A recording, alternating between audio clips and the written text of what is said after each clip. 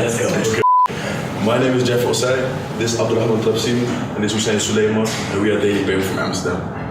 Daily Paper was a blog in 2008, and the blog was about all the things we like in terms of fashion, events, everything we attended. And in order to promote the blog, we made t-shirts with our logo on it, and people really liked it and they bought it. And they kept asking us like, when are you guys making new stuff? And it was for us an opportunity to do something with it on a more serious base. So the three of us sat together in 2010 and we planned it all. And in 2012 we released our first collection of 5 t-shirts. And how we actually met, me and Jeff grew up in the same neighborhood, the Amsterdam West part. Hussein and Jeff used to go to the same school. And through Jeff, I met Hussein, and that's how the journey started. It all happened organically throughout the blog. And when blogging wasn't that much popular anymore, we were like, you know what, let's go further with the clothing brand. On our blog, we used to write about like a lot of other labels. I used to be very excited for new releases. I was very up to date with what was happening all over the world. And Amsterdam is like one of those cities that's very early on this streetwear culture, you know, like we were very like one of the first ones to really embrace it, and that's mainly because there were already stores that were carrying some of these big international labels that were just starting out of New York, LA, etc. Of the industry first. I remember when I was younger, like I think like this is 16, 17 years old, like I used to be on eBay looking for special releases, and when I found like a way to like actually get these US streetwear labels to the Netherlands for me and my friends, I also quickly saw that there's a big market for it back home. Kids wanna be more individualistic in the way they dress, and they want their clothes to tell something about themselves, and we saw that, and eventually we made a clothing label that represents us. We didn't have that much knowledge in terms of like where to produce stuff, so we produced stuff locally, but then we had to pay a heavy price. So then we were like, okay, where else do they produce? So then obviously you look into Asia, some other countries in Europe.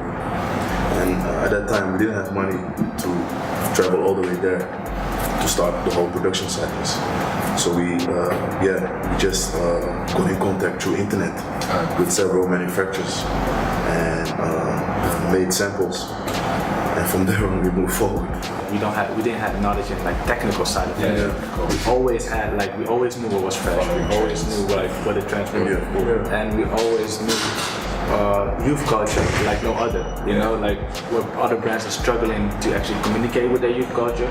Like our engagement is super high, and as you can see that in our events, and you can see that in through all our social output. Daily Paper is a brand that use the founder's heritage and translate that into modern day clothing. It's an interpretation of how we see the world. Like we get inspired by our roots, but we don't copy it one-on-one, we make it our own. What Daily Paper also like really like stands for is like this generation, and it's the generation that the do-it-yourself generation. It's the generation that is the generation of entrepreneurs, of people that actually don't want to have that 9-to-5 lifestyle, but are actually looking for different ways of actually expressing themselves or like making their money. I think we're a very good example of like a brand that started without having any knowledge, but knowing what they want and working towards it. I mean, like when we started the brand, we always wanted to have our own store, and like after 4 years we finally have our own store. So that's like people see that, especially people that have been following the brand from the beginning. They saw us growing every collection, and that's inspiring for kids that want to do their own stuff. That's why we do also like a lot of activities in our city, just to interact with the target group, interact with the youth. like knowing what they want, like what do they like the brand, and so like that's all like research for us, and also inspiration. The brand is also us three, you know, and us being creatives ourselves, and how we connect with other creatives. Like for instance, yesterday we went to Nando's with Smizo, which is Okman Phuket from here, you know. And tomorrow you'll probably see us with Ricky from here. But this is what we do in every city. Like we connect with local creators because it's the same actually. To be honest, I never feel a tourist when I go. Like for me, like they went 3 years ago to South Africa. For me, it's the first time, and I don't feel like a stranger. You know, like we know the right people, so it's always like nice to see. I mean, like 3 days ago we went to Bishop Lavis in Cape Town, which sounds very dangerous, but like it was super fun to see the youth there. You know. What inspired us, you know, Maasai cricketers is like if you look at cricket, as a sport in general, if you look at the clothing that they wear while playing cricket, you can see there hasn't been a certain development. If you look, for example, in the late 70s till now, the same outfit that they wear, you can wear it everywhere. When you day-to-day job, casually, clubbing, but also playing cricket. And like what we wanted to do, we wanted to make cricket cool again. And then we looked into the sport cricket itself, where it's been played, where it's most popular. And it's very popular in all the Commonwealth countries. So like India, Pakistan, Australia, etc., etc.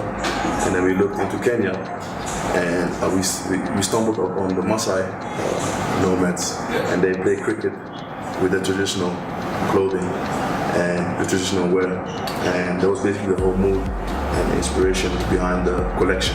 We're happy that we could work with a brand that's very good in making footwear. The footwear is basically to portray individuality. So like some of the color palettes are very colorful and show a certain individual type, and that's what we wanted to create with this collection, to make cricket cool again. Puma as a brand is very strong in Africa, and as we as Daily Paper have an African aesthetic, the fit was perfect. So the relationship and the process is very good, and all went quite easy. From blogging, I think you should attend a lot of events that matches your interest and like connect with people. If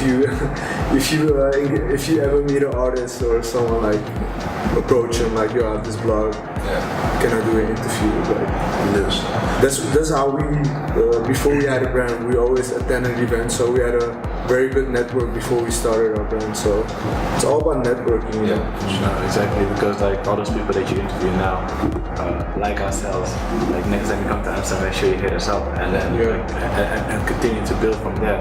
I mean, like a lot of people take these kind of meetings for granted, and but they can help a lot, you know. Like I remember, like I used to work in like blogging way before we did fashion, and a lot of the artists that I met during that time are artists that still support us to this day in getting our name out there.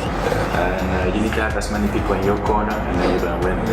A good example is DJ Khaled. Like before he was a radio DJ, he put Lil Wayne up, Birdman, and look at him like doing all those crazy featurings. And that's very easy for him to do because they think they're still in their favor, you know, like, oh, you put me up back in the day, like, if you ever want something, it's cool, you know, and he has that favor also, you know, because he put some people up before they came up, and now they're big, and they will owe you forever, you know. Yeah, as long as it is organic and not like enforced in a certain way. Exactly. Hi, my name is Jeff Rosé. This is Abdurrahman Trapsini. This is Hussein Suleiman, and we are Daily Paper from Amsterdam.